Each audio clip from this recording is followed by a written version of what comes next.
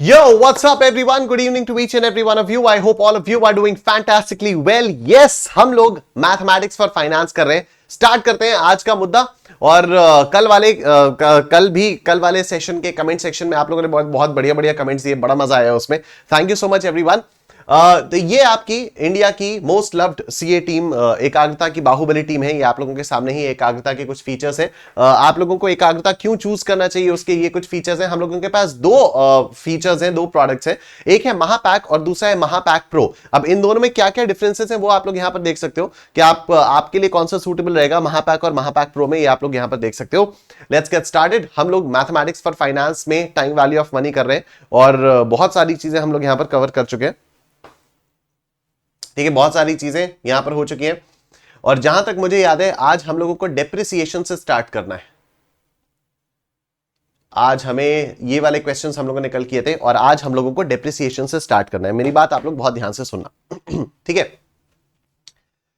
Depreciation का simple भाषा में मतलब होता है किसी एसेट की वैल्यू की गिरावट. ठीक है, मैं एक सिंपल भाषा में आपको बताता हूं. अगर मैं आज एक लैपटॉप खरीदता हूं लेट्स से 50,000 रुपीज का, तो क्या 4 साल बाद मैं इस लैपटॉप को मार्केट में 50,000 रुपीज का बेच पाऊंगा? मैं बोलूंगा कि अरे मैंने तो 4 साल पहले इसको 50,000 रुपीज में खरीदा था, तो अभी भी मैं अगर इसको बेचूंगा मार्केट में तो ये 50,000 रुपीज से कम का नहीं बेचूंगा. क्या कोई भी मेरे लैपटॉप को 50,000 रुपीज से कम में खरीदेगा?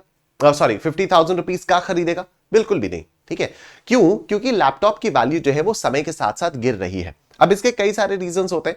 वेयर एंड टेयर होता है, लैपटॉप के स्क्रीन में स्क्रैचेस पड़े हो सकते हैं, हो सकता है लैपटॉप की कोई चीज खराब हो गई हो, कोई यूएसबी पोर्ट काम ना कर रहा हो, वगैरह वगैरह.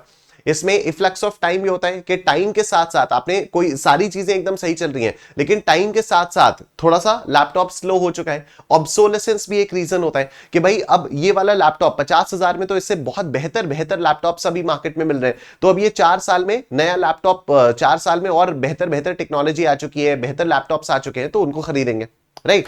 तो क्या होता है कि वैल्यू जो होती है ना, किसी भी एसेट की जो वैल्यू होती है वो समय के साथ साथ गिरती रहती है और इसी गिरावट को हम लोग डेप्रिसिएशन कहते हैं. ठीक है, इसी गिरावट को हम लोग डेप्रिसिएशन कहते हैं. अब इसको निकालने के मोस्टली दो तरीके होते हैं. एक होता है स्ट्रेट लाइन मेथड और दूसरा होता है रिटन डाउन वैल्यू मेथड. मेरी बात बहुत ध्यान से सुनते रहना. अब वैसे तो ये दोनों चीजों के बारे में डिटेल में आप लोग अकाउंट्स में पढ़ोगे. ठीक है, इन दोनों ही मेथड्स के बारे में आप लोग डिटेल में अकाउंट्स में पढ़ोगे, लेकिन फिर भी अगर आप लोगों ने अभी तक अकाउंट्स नहीं पढ़ा है या 11th 12th में आप लोगों के पास कॉमर्स नहीं थी तो 11th 12th में भी आप लोगों ने डेप्रिसिएशन का कॉन्सेप्ट नहीं पढ़ा होगा. इसलिए मैं यहां पर एक ब्रीफ ओवरव्यू आप लोगों को दे रहा हूं कि डेप्रिसिएशन का मतलब होता क्या है और डेप्रिसिएशन कैसे काम करता है. ठीक है, तो डेप्रिसिएशन का मतलब हम लोगों ने समझ लिया, it's a fall in the value of an asset. Right, it's a fall in the value of an asset. ये तो हो गया डेप्रिसिएशन. नाउ डेप्रिसिएशन कैलकुलेट कैसे किया जाता है, तो इसके दो मेथड्स होते हैं. एक होता है स्ट्रेट लाइन मेथड और दूसरा होता है रिटन डाउन वैल्यू मेथड. ठीक है, मैं पहले आप लोगों को स्ट्रेट लाइन मेथड बता रहा हूं. ऑल्दो स्ट्रेट लाइन मेथड का यहां पर सीए फाउंडेशन मैथ्स से कोई लेना देना नहीं है, बट फिर भी मैं आपको एक अंदाजा दे रहा हूं कि स्ट्रेट लाइन मेथड होता क्या है. बाकी आप लोग इसको डिटेल में अकाउंट्स में पढ़ोगे. ठीक है, तो अभी स्ट्रेट लाइन मेथड में हम लोगों को क्या करना होता है, मतलब एक सिंपल सा एग्जांपल है कि सपोज आपने आज एक लैपटॉप खरीदा 50,000 रुपीज का. आज आप लोगों ने एक लैपटॉप खरीदा 50,000 रुपीज का. आपको लग रहा है कि 5 साल तक मैं इसको यूज करूंगा. आपको क्या लग रहा है? 5 साल तक मैं इसको यूज करूंगा और उसके बाद मैं इसको कबाड़ में बेच के एक नया लैपटॉप खरीद दूंगा. और आपके मन में है कि कबाड़ी वाला आपको 5,000 रुपए तो दे ही देगा. ठीक है, आपके मन में है कि कबाड़ी वाला आपको 5,000 रुपए तो दे ही देगा. ये सारा काम एस्टिमेट बेसिस पे हो रहा है. ठीक है, नोबडी नोज कि उस लैपटॉप की एग्जैक्ट यूजफुल लाइफ कितनी है, बट हम एस्टिमेट कर रहे हैं कि हाँ 5 साल तक तो हम इसको चला ही लेंगे. नोबडी नोज फॉर श्योर कि 5 साल बाद जब मैं इसको कबाड़ी वाले को बेचूंगा तो कबाड़ी वाला मुझे कितने पैसे देगा. अच्छा, व्हेन आई से कबाड़ी वाला, इट डजंट नेसेसरली मीन कि मैं कबाड़ी वाले को ही दूंगा. वो एक्सचेंज ऑफर भी होता है ना कि पुराना लैपटॉप दो और नए वाले लैपटॉप में से थोड़ा सा आपको ऑफ मिल जाएगा. तो वो भी तो एक तरह से वही हुआ ना कि पुराने लैपटॉप के बदले में आपको कुछ वैल्यू मिल गई. अगर मैं अपना कोई पुराना लैपटॉप लेके जा रहा हूं और मुझे नया लैपटॉप मिल रहा है और नए लैपटॉप पर मुझे 5,000 रुपीज ऑफ मिल जा रहा है, तो एक तरह से यही हुआ ना कि पुराने लैपटॉप के बदले मुझे 5,000 रुपीज मिल गया. ठीक है, एक तरह से. राइट, तो अभी ये सारा का सारा काम ना एस्टिमेट बेसिस पर होता है. ठीक है, तो करना क्या होगा, 50,000 रुपीज की आपकी कॉस्ट है. आपने एस्टिमेट किया कि इसकी यूजफुल लाइफ है 5 साल की और आपने इसकी स्क्रैप वैल्यू, इसको बोलते हैं स्क्रैप वैल्यू, जब यूजफुल लाइफ के एंड में जो भी वैल्यू बचती है उसको हम लोग बोलते हैं स्क्रैप वैल्यू. तो स्क्रैप वैल्यू कितनी आ गई? स्क्रैप वैल्यू आ गई 5,000 रुपीज. अब इसका मतलब हर साल ऑन एन एवरेज कितना पैसा गिर रहा है? देखो 50,000 रुपए तो आपकी कॉस्ट है, साल के एंड में आपको मतलब 5 साल के एंड में आपको 5,000 रुपए और मिल जाएगा। मतलब कितना गिरावट होगी 5 सालों में, कितनी गिरावट होगी? 45,000 रुपीज की गिरावट होगी। I hope this is common sensical and ये आपको समझ में आ रहा है। 50,000 रुपीज का अगर मैंने एसेट खरीदा और 5 साल के बाद इसकी वैल्यू 5,000 रुपीज रह जाएगी, मतलब इन 5 सालों में 45,000 रुपीज से वैल्यू रिड्यूस हो गई। तो ऑन एन एवरेज हर साल कितने रुपए से वैल्यू रिड्यूस होगी? 45,000 डिवाइडेड बाई 5, ये आ जाएगा 9,000। तो ऑन एन एवरेज हर साल 9,000 रुपीज से वैल्यू रिड्यूस होती रहेगी। ये बात समझ में आ रही है? ऑन एन एवरेज हर साल वैल्यू 9,000 रुपीज से रिड्यूस होती रहेगी। एक्चुअल में डिफरेंट भी हो सकता है किसी साल वैल्यू 10,000 से गिर जाए, हो सकता है वैल्यू किसी साल 5,000 से गिरे, हो सकता है किसी साल वैल्यू 12,000 से गिर जाए, कुछ भी हो सकता है डिपेंडिंग अपॉन आप इसको कैसे यूज कर रहे हो, मार्केट में कितनी नई टेक्नोलॉजी आ रही है वगैरह वगैरह। ठीक है, तो यहां पर अभी ये जो डेप्रिसिएशन होता है वो सिर्फ एक एस्टिमेट बेसिस पर होता है, क्योंकि हर साल में एग्जैक्ट कितनी गिरावट है वो तो कैलकुलेट करना बहुत डिफिकल्ट है, क्योंकि आप उसको हर साल अपने एसेट को जाओ मार्केट में लेके जाओ, तब आपको पता चलेगा अच्छा मार्केट वाला इतना देने के लिए तैयार है, तो फिर आप बोलोगे कि हाँ exact fall in the value इतना हुआ है। ठीक है, तो वो तो थोड़ा सा डिफिकल्ट टास्क हो जाता है और वो इंपॉसिबल भी हो जाता है, तो इसलिए उसको नहीं करते। तो यहां पर हम लोग क्या करते हैं, डेप्रिसिएशन में हम लोग हमेशा एस्टिमेट बेसिस पर करते हैं, और एस्टिमेट बेसिस पर हम एसेट की वैल्यू की गिरावट को कैलकुलेट करते हैं। तो ये हो गया स्ट्रेट लाइन मेथड। ठीक है, अब इसमें यूजुअली क्या होता है, क्वेश्चंस में एक रेट ऑफ डेप्रिसिएशन दिया हुआ होता है, जैसे let's say the rate of depreciation is let's say 5%। ठीक है, अज्यूम चलो 7% मान लो। ठीक है, या 7% भी नहीं, लेट्स से 20% मान लो, या 18% मान लेते हैं। ठीक है, रेट ऑफ डेप्रिसिएशन मान लेते हैं 18%, डेप्रिसिएशन का रेट मान लेते हैं 18%। तो अब पहले साल के एंड में डेप्रिसिएशन कितना लगेगा? 18% ऑफ 5,000। तो 18% ऑफ 5,000 कितना आता है? 18% ऑफ 5,000, 5,000 सॉरी 50,000 का 18%, ये आ जाएगा 9,000, आ गया 9,000। ठीक है, अब दूसरे साल भी क्या होगा, डेप्रिसिएशन लगेगा 18% ऑफ 50,000। दूसरे साल डेप्रिसिएशन लगेगा 18% ऑफ 50,000। इसको मैं थोड़ा सा और प्रॉपर तरीके से लिख के आपको दिखाता हूं, इसको थोड़ा सा और प्रॉपर तरीके से लिख के दिखाता हूं। देखो, मैंने कहा कि जो कॉस्ट है वो कितनी है, वो है 50,000, कॉस्ट है 50,000, राइट। एस्टिमेटेड यूजफुल लाइफ कितनी है? 5 साल की है, और जो स्क्रैप वैल्यू है वो 5,000 रुपीज की है। ठीक है, तो रेट ऑफ डेप्रिसिएशन कितना निकला? रेट ऑफ डेप्रिसिएशन निकला 18%। रेट ऑफ डेप्रिसिएशन कितना निकला? रेट ऑफ डेप्रिसिएशन निकला 18%। तो अगर मैं ईयर 1 के बारे में बात करूं, तो इनिशियली ये 50,000 रुपीज का था, इनिशियली ये 50,000 रुपीज का था जब मैंने इसको खरीदा था। अब इसमें से डेप्रिसिएशन कितना लगा? 18% ऑफ 50,000, यानी 9,000 रुपीज का डेप्रिसिएशन लगा। तो पहले साल के एंड में वैल्यू कितनी बच गई? इसको हम लोग बोलते हैं बुक वैल्यू। इसको हम लोग क्या बोलते हैं? इसको बोलते हैं बुक वैल्यू। पहले साल के एंड में वैल्यू कितनी बच गई इसकी? 50,000 माइनस 9, ये आ गई 41,000, ये आ गई 41,000। यस, फिर दूसरे साल के शुरुआत में वैल्यू कितनी? 41,000, यही एज इट इज। अब फिर से 18% का डेप्रिसिएशन लगेगा, ये 18% का डेप्रिसिएशन 50,000 पर लगेगा, तो ये 9,000 रुपीज ये आ गया यहां पर।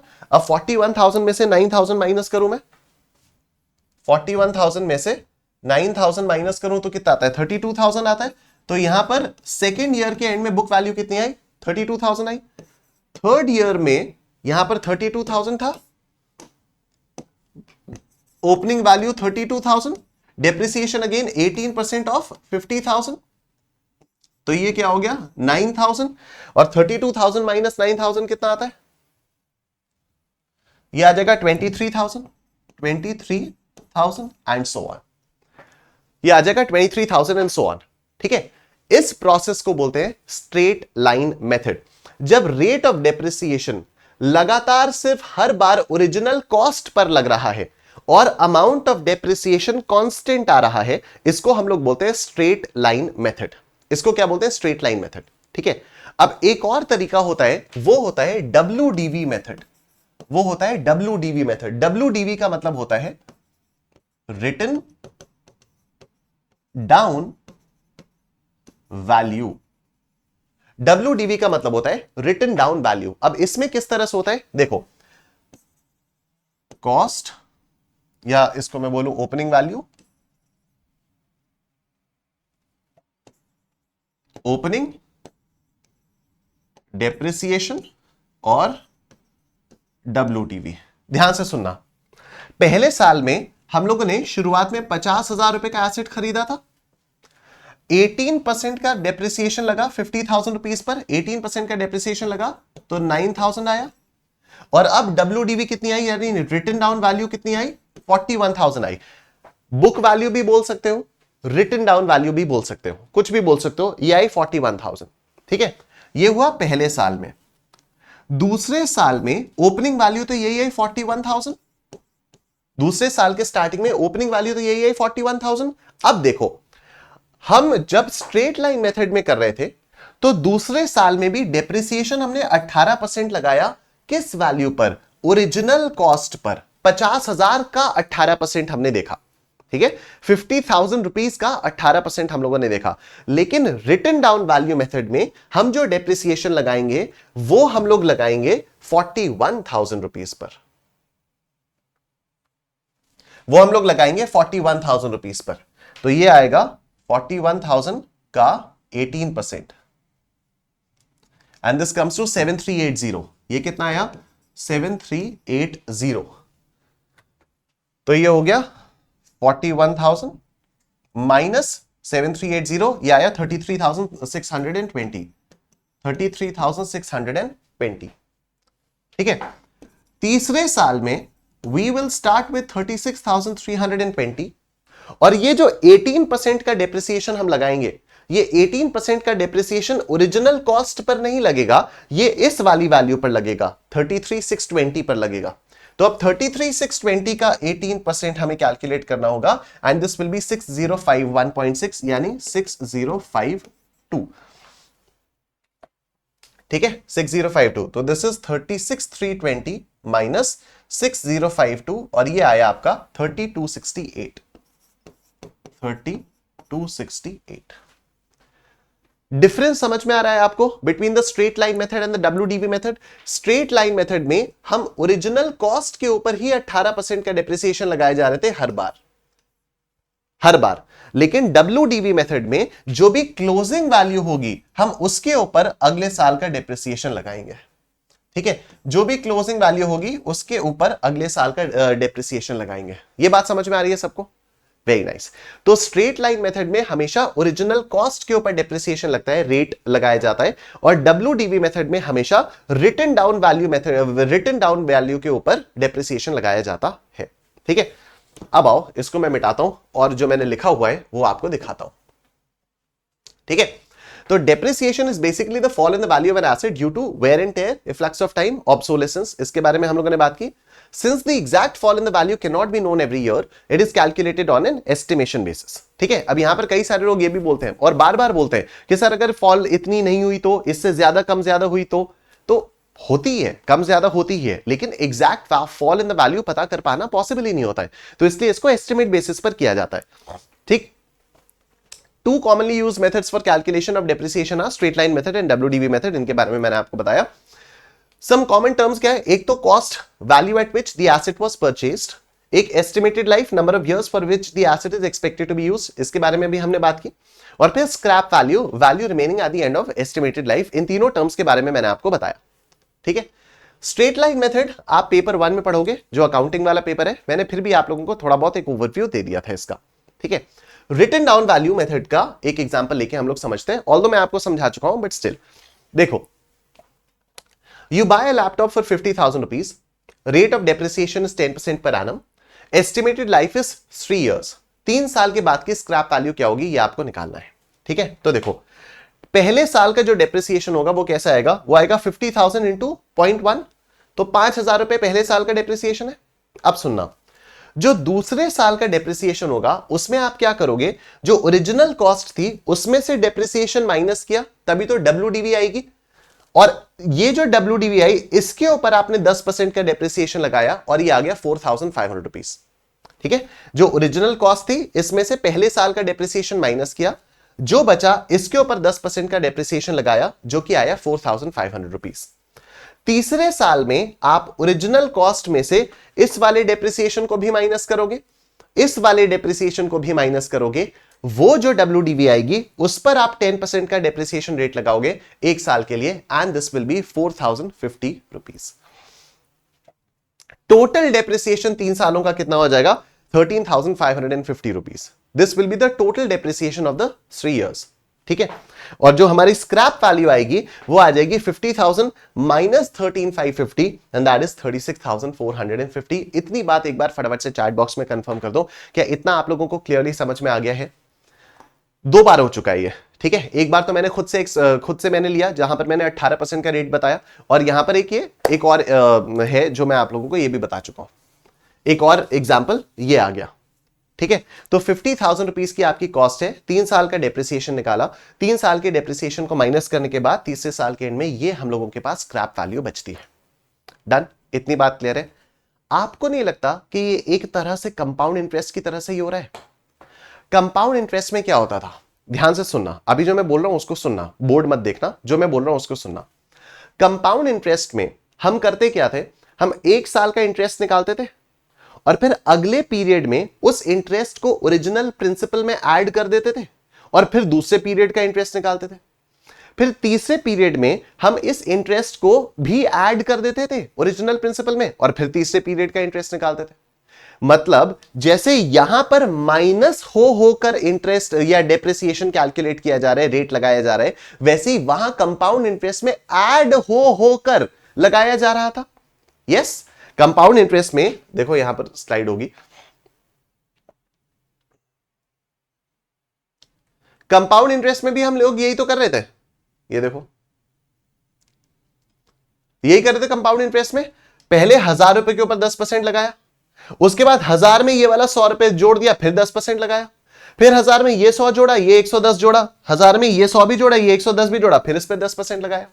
तो जैसे कंपाउंड इंटरेस्ट में हम हर पीरियड का इंटरेस्ट ऐड करते जा रहे थे, उसी तरह से यहां डेप्रिसिएशन में हम हर पीरियड का डेप्रिसिएशन माइनस करते जा रहे हैं। क्या ये बात समझ में आ रही है आप लोगों को? क्या ये बात समझ में आ रही है? यस, ठीक है, बस अब यहीं पर बात है। कंपाउंड इंटरेस्ट में जिस फिगर से हम लोग स्टार्ट करते थे उसको क्या बोलते थे? प्रिंसिपल बोलते थे। और यहां पर जिस फिगर से स्टार्ट कर रहे हैं वो फिगर क्या है? वो है कॉस्ट। वो है कॉस्ट। 50,000 से ही वहां पर भी स्टार्ट करते थे, यहां पर भी सॉरी, वहां पर जिस अमाउंट से स्टार्ट करते थे that used to be known as principal. यहां पर जिस अमाउंट जिस फिगर से हम लोग स्टार्ट कर रहे हैं that is what? The cost. तो क्या मैं कह सकता हूं कि जो यहां की कॉस्ट है वो वहां का प्रिंसिपल था? क्या मैं कह सकता हूं कि जो यहां की कॉस्ट है वो वहां का प्रिंसिपल था? यस। जो यहां का रेट ऑफ डेप्रिसिएशन है वो वहां का रेट ऑफ इंटरेस्ट था? क्या मैं ये कह सकता हूं कि जो यहां पर रेट ऑफ डेप्रिसिएशन है वो वहां पर रेट ऑफ इंटरेस्ट था? यस।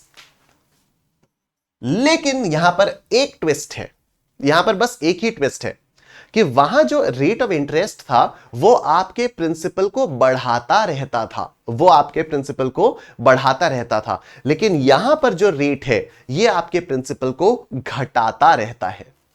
ठीक है, वहां जो प्रिंसिपल था, वहां जो रेट था वो आपके प्रिंसिपल को बढ़ाता रहता था, यहां जो रेट है ये आपके प्रिंसिपल को घटाता रहता है। और क्योंकि ये यहां पर घटाता रहता है तो मैं यहां पर आई की वैल्यू लिखूंगा -0.10। That's the only difference. मैं यहां पर क्या लिखूंगा? मैं यहां पर लिखूंगा -0.10। वहां पर हम लोग क्या लिखते थे? वहां पर अगर रेट ऑफ इंटरेस्ट होता 10% तो हम लोग आई की वैल्यू लिखते 0.10। यहां हम लोग लिखेंगे -0.10। ठीक है, ओके। जो यहां की एस्टिमेटेड लाइफ है, जो यहां की एस्टिमेटेड लाइफ है वो वहां पर टाइम होता था, वो वहां पर टाइम होता था।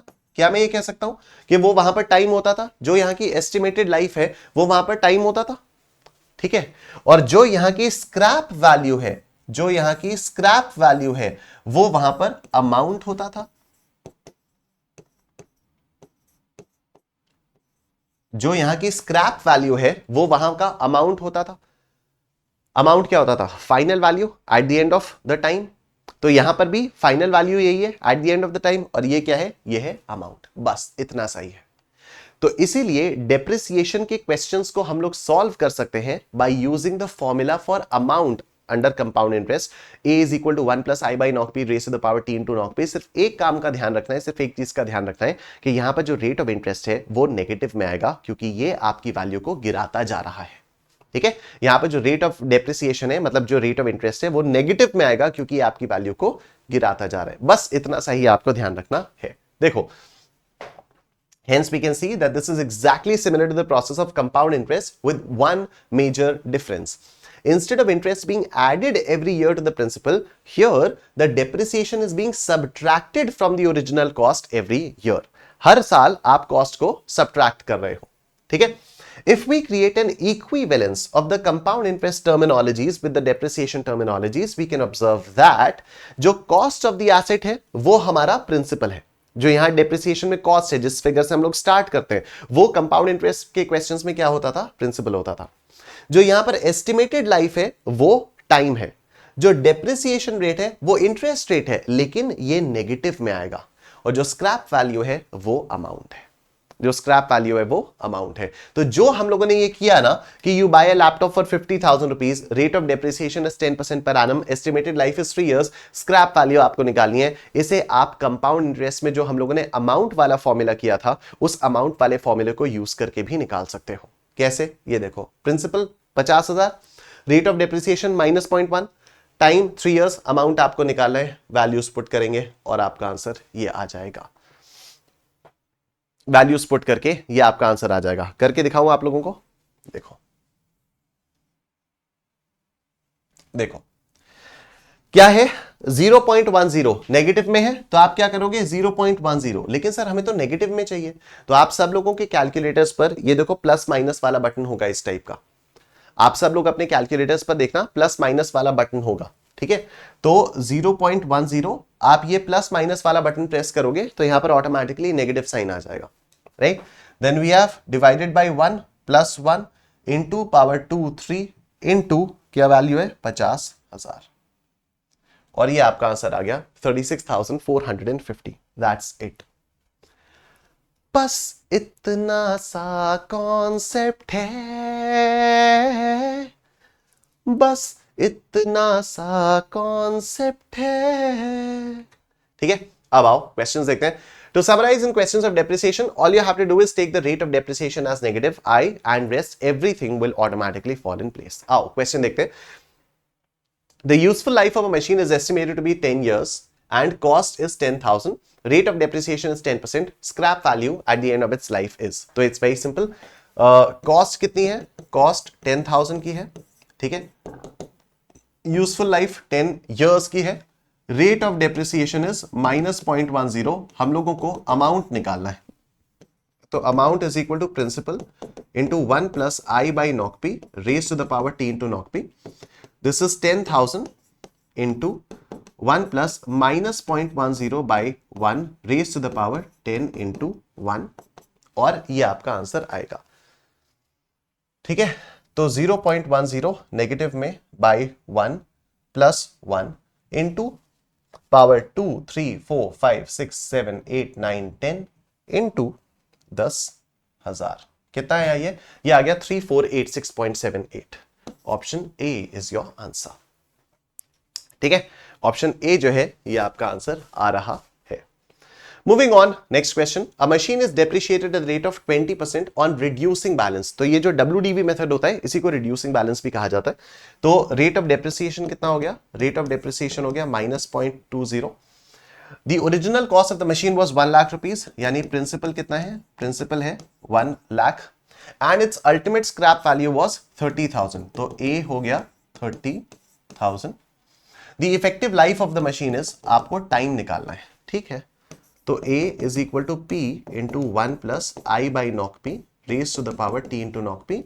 A is 30,000 is equal to 1 lakh into 1 plus -0.20 by 1 raise to the power T into NOC P. तो ये आपका आएगा 30,000 divided by 1 lakh is equal to 0.8 raise to the power T। ठीक है, 30,000 divided by 1 lakh is equal to 0.8 raise to the power T। तो 0.8 raise to the power T is equal to 0.3। 30,000 divided by 1 lakh will be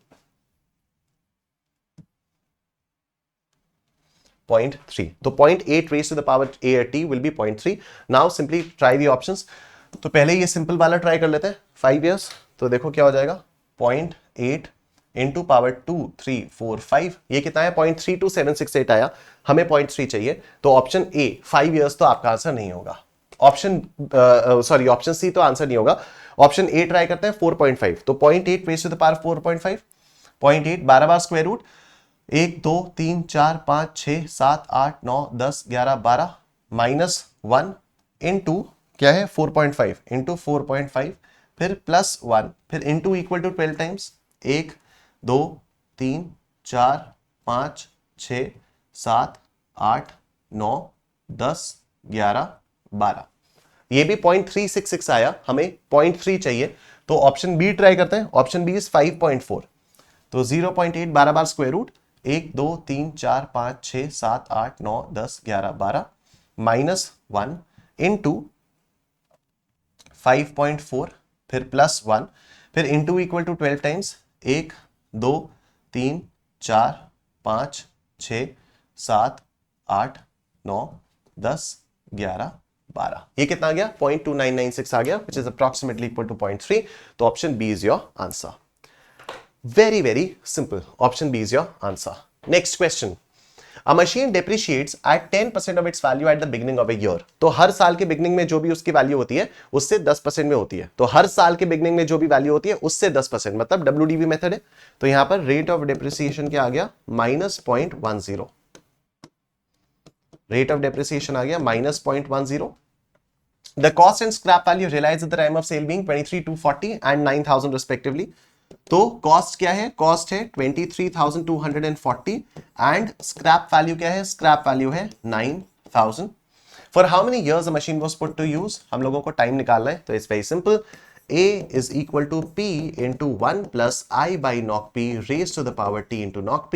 A is 9,000 is equal to 23, sorry, हाँ सही तो है, 23,240 into 1 plus minus 0.10 by 1 raised to the power t into 1. So this will be 9,000 divided by 23,240 is equal to 0.9 raised to the power t. So 0.9 raised to the power t is equal to, what is 9,000 by 23,240? 9,000 by 23,240. This is 0.38726. 0.387. ठीक है. तो 0.9 raise to the power what will be 0.387. तो देखो यहां पर बड़ा simple है, 7 8 9 10 है. ठीक है. तो यहां तो सिंपल है, कोई अबसर्ड पावर नहीं है. तो 0.9 इंटू पावर 2 3 4 5 6 7. पावर 7 करने से क्या आ रहा है, पावर 7 करने से 0.478 आ रहा है. पावर 8 पावर 9 ये आ गया, पावर 9 करके 0.387 आ गया. 0.387 चाहिए, 0.387 आ गया. तो पावर 9 करके 0.387 आ गया. Option C is your answer. Simple, option C is your answer. ठीक. Next, a machine worth 497.40 is depreciated at 15% on its opening value each year. ठीक है. तो मशीन वर्थ 490 यानी principal is 497.40, rate of depreciation is -0.15. ठीक है. When its value would reduce to 2 lakh rupees, इसकी value 2 lakh रुपए तक रह जाएगी. तो अमाउंट कितना होगा, अमाउंट होगा 2 लाख रुपए और हम लोगों को टाइम निकालना है. ठीक है. When its value would reduce to 2 lakh rupees, इसकी वैल्यू 2 लाख कितने सालों में रह जाएगी. ठीक है. तो A is equal to P into 1 plus I by knock P raised to the power T into knock P. तो ये आया 2 लाख रुपए is equal to 497.40 into 1 plus minus 0.15 by 1 raised to the power T into 1. So this is 2 lakh divided by 497.40 is equal to 0.85 raised to the power T. तो 0.85 raised to the power T is equal to, ये कितना आता है, 2 lakh divided by 497.40 है ये 497.40. ये हो गया 0.4075. 0.4075. Now 0.85 raise to the power T. अब आप देखो 4 years 6 months, 4 years 7 months, 4 years 5 months, तो मिलता जुलता सा है, कंफ्यूजन क्रिएट हो सकता है. लेकिन ये 5 years 7 months थोड़ा अलग सा है, तो इसको ट्राई करते हैं एक बार. 5 + 7/12 यही है. 5 + 7/12, तो मैं 0.85 रेज टू द पावर 5 + 7/12 करूंगा. मैं करूंगा 0.85 रेज टू द पावर 5 + 7/12. तो ये तो अब्सर्ड पावर आ गई. अब अब्सर्ड पावर के लिए मुझे क्या करना होगा, इसका 12 बार स्क्वायर रूट लेना होगा, फिर -1 करना होगा, फिर मुझे 5 + 7/12 से मल्टीप्लाई करना होगा. मैं कैसे करूंगा, तो 7/12 + 5, ये 5 + 7/12 मैंने निकाल लिया, इसको मैं डाल देता हूं मेमोरी में. अब सिंपल है, 0.85 12 बार स्क्वायर रूट, 1 2 3 4 5 6 7 8 9 10 11 12, माइनस करेंगे 1, इंटू करेंगे पावर, प्लस करेंगे 1, और उसके बाद इंटू इक्वल टू 12 बार. 1 2 3 4 5 6 7 8 9 10 11 12. कितना आया, 0.4035 आ गया. 0.4075 ये रहा, 0.4035 अप्रोक्सीमेटली सेम है. Option D is your answer. ठीक है, 0.4035 0.4075 अप्रोक्सीमेटली सेम हो गया ना. मतलब अगर आपको लग रहा है कि नहीं सर ये तो डिफरेंस है 0.4035, तो आप देखो 0.4035 माइनस 0.4075 कितने का डिफरेंस है, -0.004 का डिफरेंस है. तो ये तो एकदम ही नेग्लिजिबल डिफरेंस हुआ ना यार. ठीक है, बहुत ही नेग्लिजिबल डिफरेंस हुआ, -0.004 का. तो इसलिए अप्रोक्सीमेटली सेम आ गया. तो 5 years 7 months is your answer. आओ नेक्स्ट क्वेश्चन देखते हैं. A machine worth 497.40 is depreciated at 15% of its opening value each year. तो प्रिंसिपल कितना हो गया, प्रिंसिपल हो गया 497.40. Rate of depreciation is -0.15. When its value would reduce by 90%, इसकी वैल्यू में 90% का गिराव कितने सालों में आ जाएगा, मतलब कितने सालों बाद इसकी वैल्यू सिर्फ 10% रह जाएगी. ठीक है ना. When its value would reduce by 90%, 90% गिराव कितने सालों में आएगा, मतलब इसकी वैल्यू कितने सालों में 10% तक रह जाएगी. पिछले वाले क्वेश्चन में दिया हुआ था when its value would reduce to 2 lakh rupees, मतलब अमाउंट ही आपको 2 लाख रुपए दिया हुआ था कि 2 लाख रह गई वैल्यू. यहां पर दिया हुआ है कि कितने सालों में इसकी वैल्यू 90% से गिर जाएगी. 90% विल बी फॉल, तो 10% will be the remaining value. तो अमाउंट कितना होगा, अमाउंट विल बी 10% ऑफ 497.40 यानी 49,074. Amount will be 10% of this ना, amount will be 10% of this. कितने सालों में होगा यही हम लोगों को निकालना है. तो amount is equal to P into 1 + I/nOC_P raise to the power T into nOC_P. तो this is 497.40 is equal to 49,074 into 1 + -0.15/1 raise to the power T into 1. तो this is 497.40 divided by 49,074 is equal to 0.85 raise to the power T. तो ये कितना आ जाएगा 10. 497.40 divided by 49,074, this is 10. तो 10 is equal to 0.85 raise to the power T. ठीक है, 10 is equal to 0.85 raise to the power T. I hope ये वाली बात आप लोगों को समझ में आ रही है. ये देखो गड़बड़ी हो गई. गड़बड़ी क्या हुई, गड़बड़ हो गया, यहां गड़बड़ी हो गई.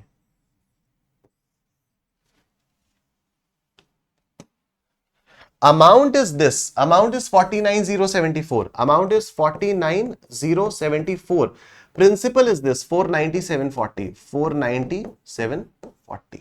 अब सही है, 49,074 upon 497.40 is equal to 0.85 raised to the power T. तो 0.85 raised to the power T is equal to 0.10. ये 0.85 raised to the power T is equal to 0.10. ठीक है. Again 11 years 6 months, 11 years 7 months, 11 years 8 months मिलते जुलते से लग रहे हैं. तो you try first with 14 years 2 months. तो 14 years 2 months मतलब 14 + 2/12. इसको सॉल्व करके मेमोरी में डाल दो. 2/12 + 14 मेमोरी में डाला. उसके बाद अब देखो 0.85 12 बार square root, 1 2 3 4 5 6 7 8 9 10 11 12, -1 into MRC plus 1 is equal to into equal to 12 times. 1 2 3 4 5 6 7 8 9 10 11 12 कितना आया? 0.0999 आ गया, which is approximately equal to 0.1। तो option D is your answer. ठीक है, ऑप्शन डी जो है ये आपका आंसर आ गया है। अब ये आप लोगों के लिए एक होमवर्क क्वेश्चन है, ये भी आप लोगों के लिए होमवर्क क्वेश्चन है, इसको देख लेना आप लोग। तो this is a homework question, ठीक है, this is a homework question. A machine worth 497.40 is depreciated at 15% of its opening value each year, when would its value reduce to 69,803, और इसका आंसर है 12 साल। ठीक है, मैं इसको कल सॉल्व नहीं करवाऊंगा, इसको आप लोग अपने आप से कर लेना, क्योंकि ये एग्जैक्टली सेम तरीके से सॉल्व होने वाली हैं चीजें। ठीक, next, a machine depreciates at 10% of its value at the beginning of the year. The cost and scrap value realized at the time being 23,240 and 13,723 723 respectively. For how many years was the machine put to use? तो ये वाला question भी आप लोग homework में कर लेना, और इसका आंसर 5 years है। ठीक है, I will not be solving these questions tomorrow, मतलब नेक्स्ट क्लास में। ये एग्जैक्टली सेम क्वेश्चन है जो हम लोगों ने आज किए हैं, इट्स जस्ट मैंने फिगर्स थोड़ी सी बदल बदल के आप लोगों को दिए हैं, जिससे आपकी प्रैक्टिस हो जाए। ठीक है, the useful life of a machine is estimated to be 10 years and cost 20,000. Rate of depreciation is 10%. Scrap value at the end of its life is, again ये वाला क्वेश्चन भी आप लोग कर सकते हो। इसका ऑप्शन इसका आंसर हो जाएगा ऑप्शन डी। तो ये सारे क्वेश्चंस आप अपने आप से कर सकते हो। ठीक है, बस कल हम लोग मिलेंगे difference between compound interest and simple interest के साथ, राइट? तो thank you so much everyone, take care, अपना ध्यान रखिए, बाय बाय।